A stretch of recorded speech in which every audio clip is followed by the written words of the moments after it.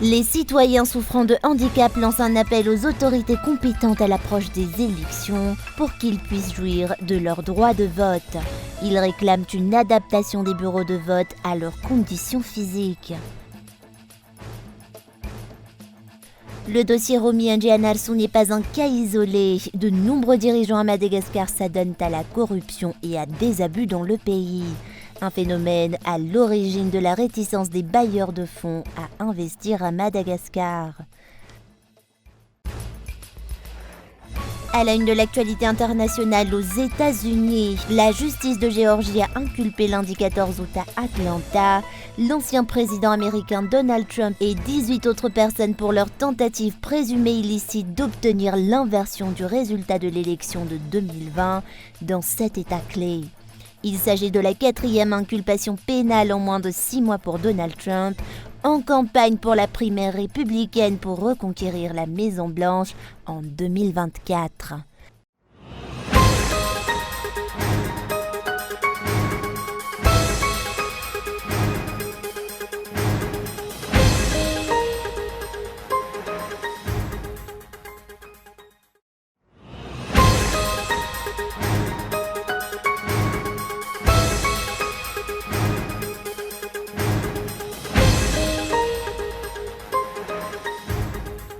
Les citoyens souffrant de handicap lancent un appel aux autorités compétentes à l'approche des élections pour qu'ils puissent jouir de leur droit de vote. Confrontés à de nombreux problèmes au quotidien, ils réclament une adaptation des bureaux de vote à leurs conditions physiques. Les citoyens souffrant de handicap ont aussi le droit de faire entendre leur voix et de participer activement à la vie nationale. Il est du devoir de la Commission électorale nationale indépendante de veiller à ce que tous les citoyens malgaches en droit de voter puissent imposer leur choix par la voie des urnes, selon l'ONG Merci. Comment les organisateurs voient-ils leur organisation à tous les niveaux, à l'heure actuelle en faveur des personnes handicapées? Des appels ont déjà été lancés. Les personnes handicapées participent déjà activement en se rendant dans des bureaux de vote. Certains se proposent même comme observateurs des élections. Mais est-ce suffisant? Ceux qui ont des troubles auditifs sont confrontés à un problème de taille en cette période électorale, selon cette ONG. Incapables d'entendre, ils ne peuvent connaître ni les candidats aux élections, ni leurs projets de société.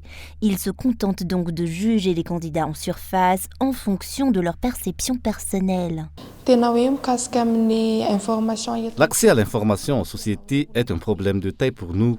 Les informations qui nous parviennent sont incomplètes. Lorsqu'il est question de propagande, de candidats et de projets de société, nous ne voyons que des images. Connaître les candidats et leurs programmes est une tâche difficile, voire impossible pour certaines personnes souffrant de handicap, ce qui ne leur permet pas de choisir en toute connaissance de cause. Les droits fondamentaux des personnes handicapées ne sont pas tous respectés dans le pays, si l'on ne parle que de l'obtention d'actes de naissance et de cartes d'identité nationale, une situation due à un problème d'accessibilité des bureaux de Fukuntani. Les bureaux de vote sont aussi difficiles d'accès pour ces personnes. L'adaptation de ces lieux doit être étudiée et mise en œuvre selon les explications. Je lance un appel à tous les candidats aux prochaines élections dans le pays. Veuillez considérer le cas des groupes de personnes souffrant de handicap lorsque vous effectuerez votre propagande pour qu'elles puissent bien comprendre le message que vous souhaitez leur transmettre, ainsi que votre programme. En tant que citoyen, la participation active à la vie politique du pays est un droit fondamental dont jouissent les personnes souffrant de handicap. Or, le cas de ces citoyens semble avoir été oublié, dénonce l'ONG Merci. Elle lance un appel à tous les responsables, mais aussi à la société, dont chaque foyer, les Fukuntani et toutes les collectivités territoriales décentralisées.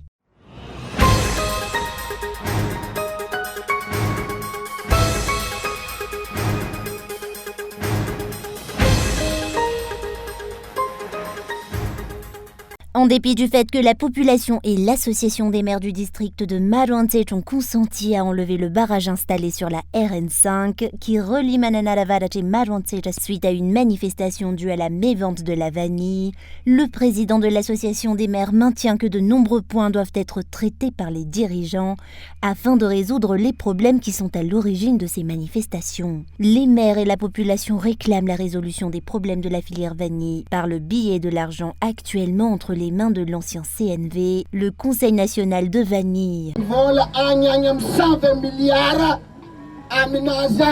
Ils détiennent environ 120 milliards à l'heure actuelle. Il faut qu'on nous rende cet argent. Nous avons besoin d'acheter du riz. Nous avons les frais de scolarité de nos enfants à payer. Nous avons aussi des problèmes à résoudre. Nous ne réclamons pas des solutions uniquement pour Marouantseich, mais pour toutes les zones productrices de vanille dans le pays. Et la population maintiendra la grève sur les lieux tant qu'aucune solution concrète ne sera apportée par les dirigeants. La population a commencé à manifester depuis la semaine dernière, suite à la mévente de la vanille à Marouantseich en dépit de la baisse du prix du kilo de la vanille verte dans cette localité. À noter que 80% de la population locale dépend intégralement de l'agriculture. Les habitants sont actuellement en difficulté.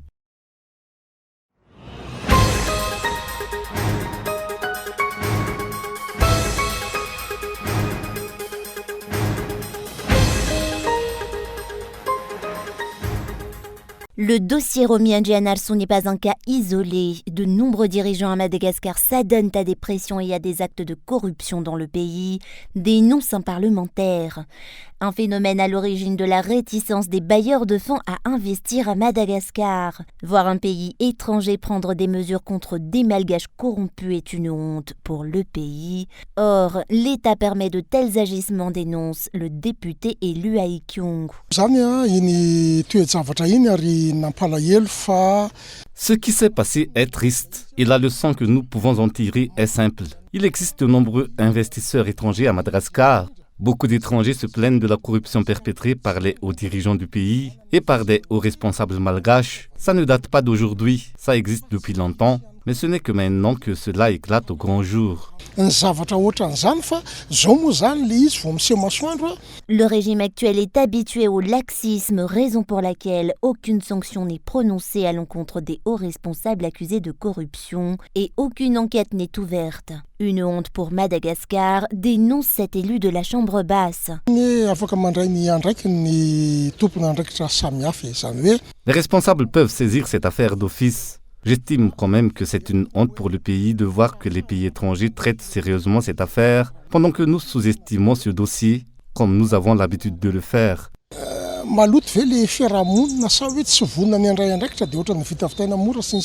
La suite de cette affaire et les mesures que prendra l'État malgache et le système anticorruption à Madagascar suite à cette affaire sont attendues.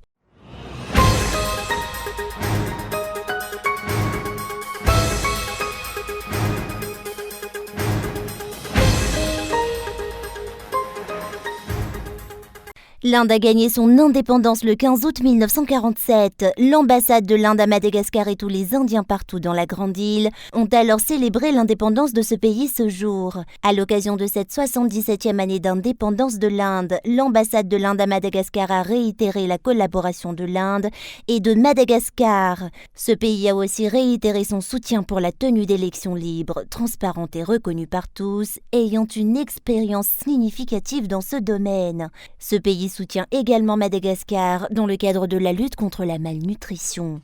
L'Inde soutient également la grande île dans le domaine de la santé publique et le social, mais aussi dans la protection des frontières du pays. L'Inde forme les militaires malgaches et fournit des armes à l'armée, selon les explications.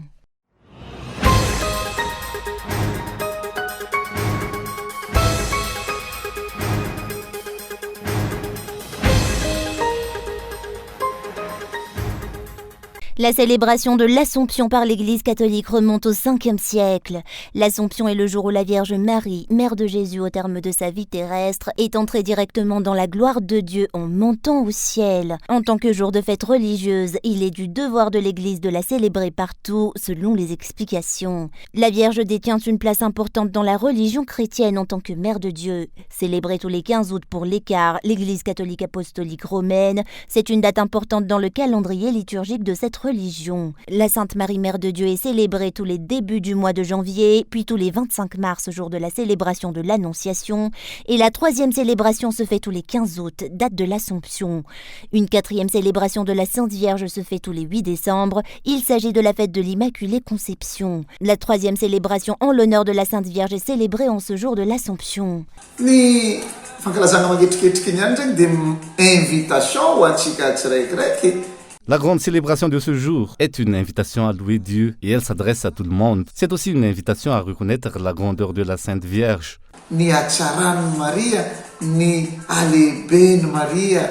Certains se posent la question de savoir pourquoi la Sainte Vierge est montée au ciel. La réponse à cette question se trouve dans les Écritures saintes, selon ce prêtre. La Sainte Vierge détient une place importante dans la religion chrétienne, selon les explications reçues. Amin'Andriamanitra misy plasy ho an'olombelona.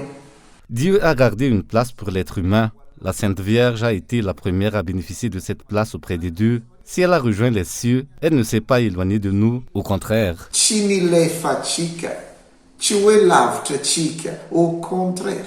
Ce prêtre maintient que la célébration de l'Assomption se fait par respect pour la Sainte Mère de Dieu.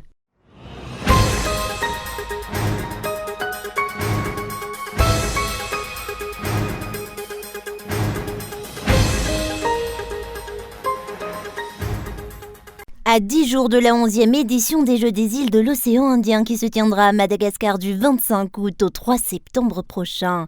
L'absence de préparation et le manque d'organisation pour la réception de ces Jeux sont évidents. Seules des mesures à la va-vite ont été prises, notamment dans la mise en place des infrastructures nécessaires. Aucune rénovation n'a été observée pour la plupart, dénoncent les citoyens interrogés à ce sujet. De nombreuses failles et des problèmes évidents ont été pointés du doigt. La population malgache redoute actuellement que la réputation de Madagascar soit ternie suite à ces jeux mal organisés. Ce sont des travaux entrepris en urgence. Ils sont pressés de les achever et ils le font. Ils ne vont probablement pas réparer cette route. Vu que les étrangers ne viendront pas dans ce coin, ils se contenteront de s'occuper des routes que les étrangers vont utiliser durant leur séjour. Que les Jeux des îles se tiennent ou non à Madagascar, si c'est vraiment un patriote, il aurait déjà tout fait dès son ascension au pouvoir. Ce n'est pas à l'approche des Jeux des îles qu'il va se mettre à courir après des travaux ici et là. Depuis tout ce temps au pouvoir, qu'avez-vous donc fait ? Les citoyens maintiennent que les travaux de rénovation et d'amélioration ne doivent pas attendre de grands événements tels que les Jeux des îles pour être entamés.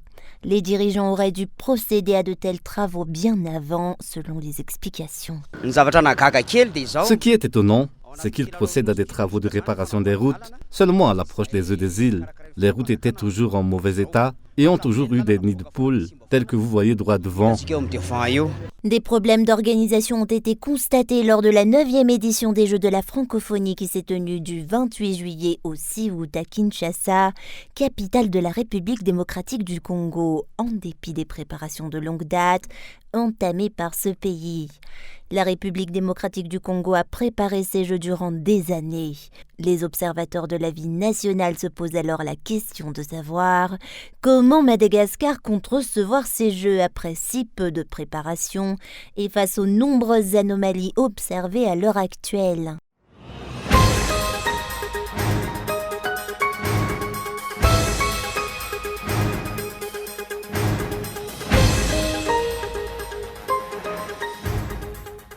Racket, violation de serment ou encore fausse déclaration. Voici quelques-uns des chefs d'accusation lancés contre Donald Trump et 18 co-accusés en Géorgie. La procureure a utilisé une loi de l'État destinée à la lutte contre les gangs criminels. Le grand jury du comté de Fulton a rendu son acte d'accusation.